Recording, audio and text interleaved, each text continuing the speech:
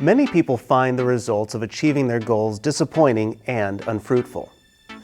They have the goal to lose weight, finish a book, pay off debt, read the Bible, run a marathon, or something else.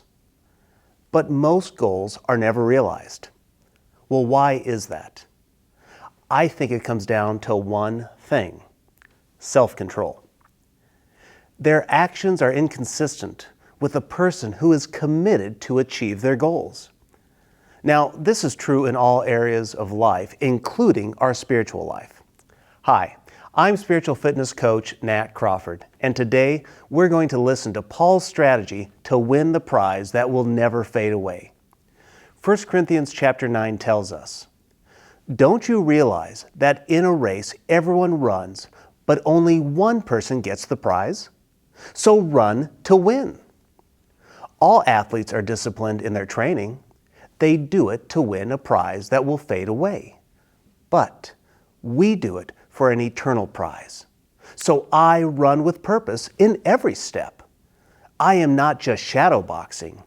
I discipline my body like an athlete, training it to do what it should. Otherwise, I fear that after preaching to others, I myself might be disqualified.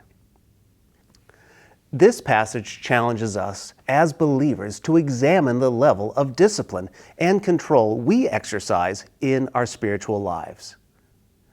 Self-control, as Paul suggests, is not a secondary aspect of our faith. It is central to our being. Just as athletes train preparing themselves for this competition, Christians are called to discipline their minds, soul, and bodies, training themselves in godliness. This discipline is not for a crown that will crumble, but for a crown of righteousness that lasts forever. The athlete exercises self-control in all things. They do not eat, sleep, or train according to their desires, but according to their purpose, to win the race. Self-control in the Christian life manifests in many forms. It is the restraint that keeps us from speaking words that would hurt rather than heal. It is the strength to turn away from temptation. It is the focus to pray and study the Scriptures even when there are 1,000 other calls for our attention. It is, in essence, running with purpose in every step, as Paul says. Paul acknowledges that the race is not easy. It requires effort and intentionality. He is not shadow boxing or aimlessly flailing about. He is engaged in a real fight, one that requires him to discipline his body and bring it into subjection. This metaphor speaks to the Christian life in that our struggle against sin is not a pretend fight. It is a real and daily battle that requires our full attention and effort. In our journey of faith, self-control is the steady hand on the helm, guiding us through turbulent waters and keeping us on course. In a world that often encourages self-indulgence, the discipline of self-control sets us apart and bears witness to the transformative power of the gospel.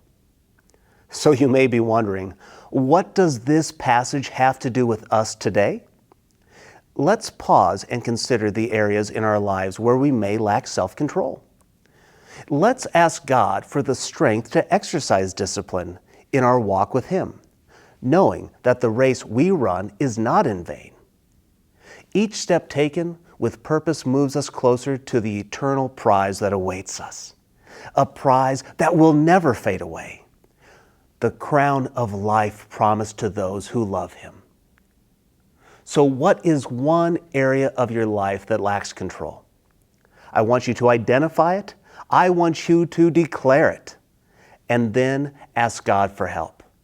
And the next time you're tempted to compromise, I want you to verbally say, "No, I am committed to win the prize."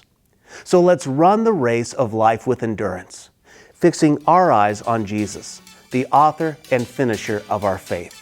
He will provide us with exactly what we need to run the race to win. Now go win today.